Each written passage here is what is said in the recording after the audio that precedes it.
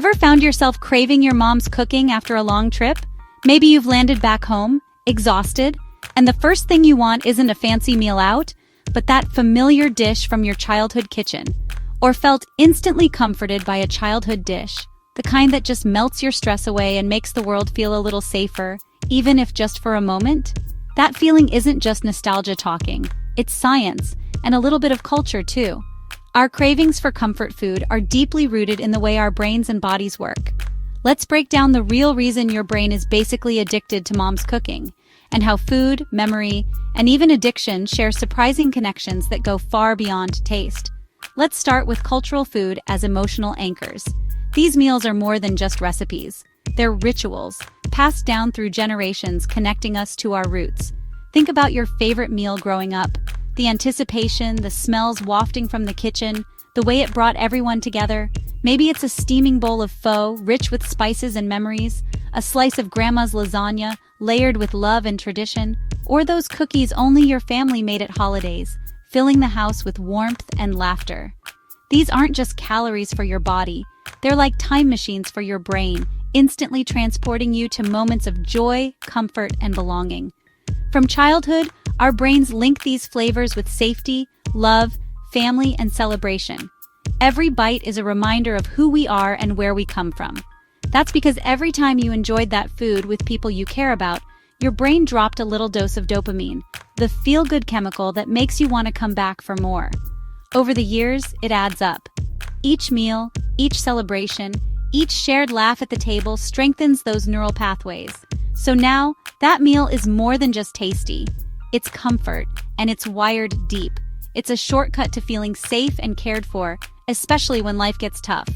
But here's where it gets even more interesting. The science behind these cravings reveals just how powerful our brains are at linking food with emotion. Your brain has a reward system, and it's powerful. Whether it's a donut, a glass of wine, or a favorite snack, your brain is always seeking out those little bursts of pleasure. Or binge-watching your favorite show, scrolling through your phone, or even shopping online. These all light up the same reward circuits. It's all tapping into the same dopamine pathway, the brain's way of reinforcing behaviors that feel good or help us survive. Normally, this helps you survive by rewarding stuff like eating, socializing, and achieving goals. It's nature's way of saying, do that again. But when we overstimulate this pathway, say, with super sugary snacks, processed foods, or addictive substances, the brain starts to rewire itself, making us crave more and more. We stop eating just because we're hungry. We're chasing the emotional high, using food as a way to cope with stress, boredom, or loneliness.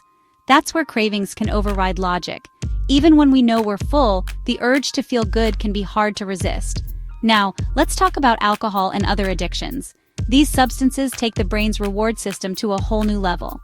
Unlike food, things like alcohol or drugs don't just feel good. They actually hijack your brain chemistry, flooding it with dopamine and creating intense highs. They cause massive dopamine surges, way beyond what natural rewards offer. The brain quickly learns to crave these artificial highs. Over time, your brain gets used to these highs and stops making dopamine normally. Everyday pleasures start to feel dull, and the cravings grow stronger. That's why quitting isn't just about willpower. It's a battle against your own biology. Recovery means retraining your brain, which takes time and support. But here's the thing. Whether it's comfort food or a chemical, the mechanism is pretty similar. Both are ways we seek relief, pleasure, or escape. We're all looking for relief, pleasure, or connection. Sometimes it's about filling an emotional gap, not just a physical one. Addiction isn't just about chemicals. It's about memory, meaning, and coping. Our brains remember what made us feel good, and they want to repeat it.